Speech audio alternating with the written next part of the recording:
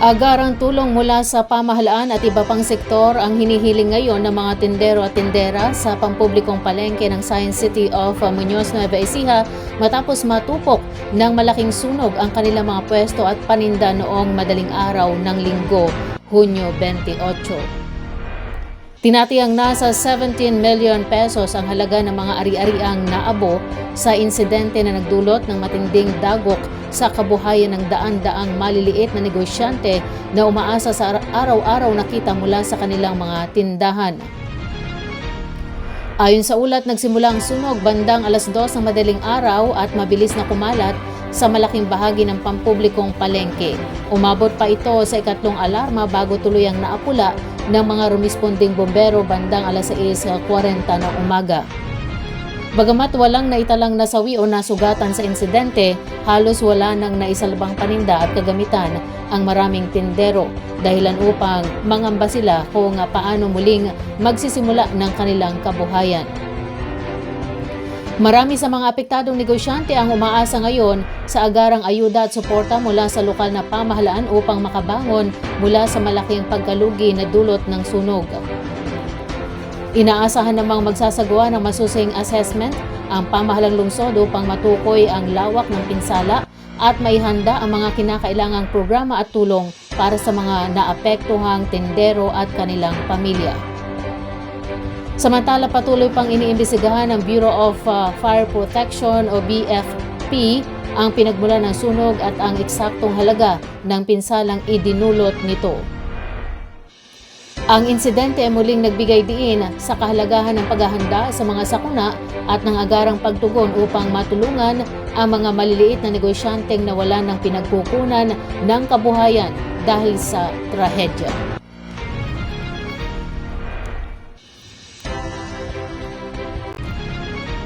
Pinalawak ng Department of Science and Technology o DOST ang suporta nito sa mga benepisyaryo ng Pantawid Pamilyang Pilipino Program o 4Ps sa bayan ng Nampikuan, Nueva Ecija sa pamamagitan ng pagsasagawa ng pagsasanay sa aquaponics at hydroponics bilang bahagi ng pagsisikap na mapalakas ang seguridad sa pagkain at makalikha ng mga napapanatiling kabuhayan sa komunidad.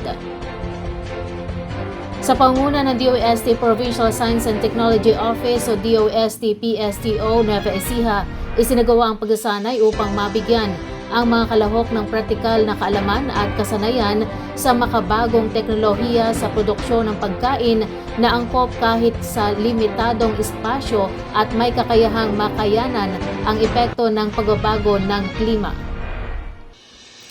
Ang naturang programa ay kaakibat ng layunin ng administrasyon na isulong ang food security, modernisasyon ng agrikultura at inklusibong pag-unlad ng ekonomiya sa pamamagitan ng agham, teknolohiya at inobasyon.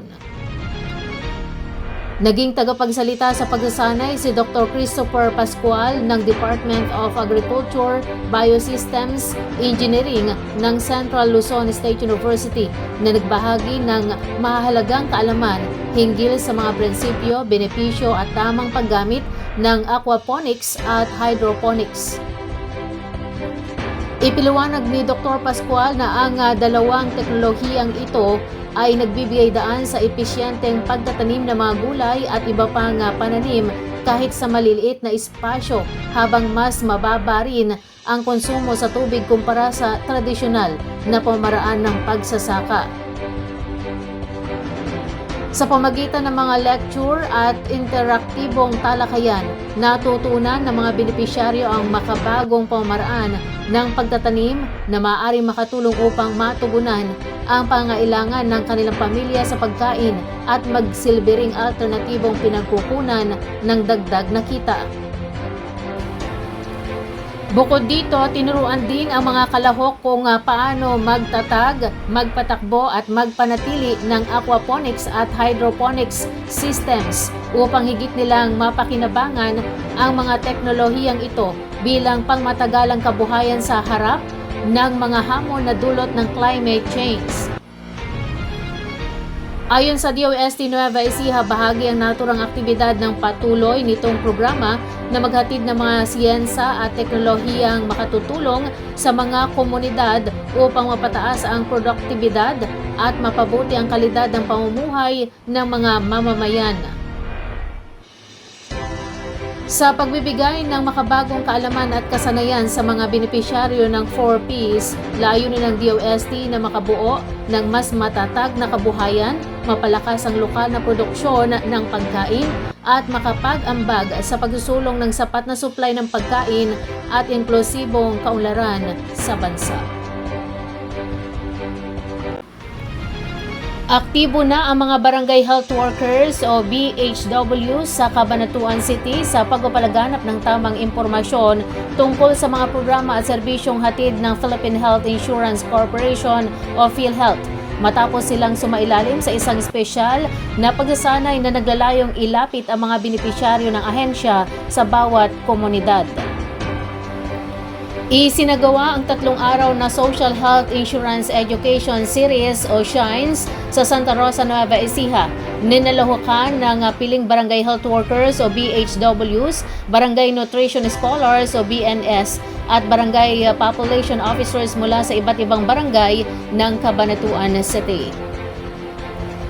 Layunin ng pagsasanay na palawakin ang kaalaman ng mga community health frontliners hinggil sa National Health Insurance Program, partikular ang mga programang yakap at gamot upang maging katuwang sila ng PhilHealth sa pagbibigay ng tama at napapanahong impormasyon sa mga residente tungkol sa mga benepisyo at serbisyong maaari nilang mapakinabangan. Ayon kay PhilHealth Social Health Insurance Academy Senior Manager Henry Almanon, mahalagang katuwang ng PhilHealth ang mga barangay health workers dahil sila ang may direktang ugnayan sa mga mamamayan sa kanilang mga komunidad. Ipinaliwanag din niya na ang SHINES ay ipinatutupad sa buong bansa bilang bahagi ng pagsisikap ng PhilHealth na palakasin ang community-based health communication network upang mas marami pang Pilipino ang magkaroon ng sapat na kaalaman tungkol sa kanilang mga benepisyo sa ilalim ng National Health Insurance Program. Binigyang diin ni Almanon na mahalagang mabigyan ng sapat at wastong impormasyon ang mga BHW hinggil sa mga serbisyo at saklaw ng PhilHealth upang matulungan nilang magabayan ang mga residente sa pagkuha ng mga benepisyong nararapat sa kanila. Ibinahagi naman ni Cristel Soriano, isang barangay nutrition scholar mula sa barangay Bacod Bayan, Cabanatuan City, na malaking tulong ang naturang pagsasanay upang higit niyang maunawaan ang programang yakap at ang tamang proseso ng pag-akses ng mga benepisyo ng PhilHealth. Samantala, sinabi naman ni Annabel Cortez, barangay health worker mula sa San Jose Norte, Cabanatuan City, na mas naging handa siya ngayong sagutin ang mga katanungan ng mga residente tungkol sa mga programa ng PhilHealth. Nagpahayag din ng pasasalamat si PhilHealth Social Insurance Officer Virginia Macapagal sa pamahalang lungsod ng Cabanatuan at sa iba pang katuwang na ahensya dahil sa kanilang suporta sa matagumpay na pagsasagawa ng pagsasanay at sa pagpapadalo ng mga piling leader ng BHW sa naturang aktibidad. Ang naturang inisyatiba ay kakibat ng layunin ng administrasyon na higit pang palakasin ang pagpapatupad ng universal healthcare sa bansa at tiyaking mas maraming Pilipino ang may akses sa mga serbisyong pangkalusugan at benepisyong iniaalok ng PhilHealth. Sa pamagitan ng mas mahusay na pagsasanay sa mga barangay health workers at iba pang community health volunteers, inaasahan ng PhilHealth na mas mapapalawak ang kamalayan ng publiko, mapapadali ang pagkuha ng mga benepisyong pangkalusugan at higit na mapapalakas ang serbisyong pangkalusugan hanggang sa antas ng barangay.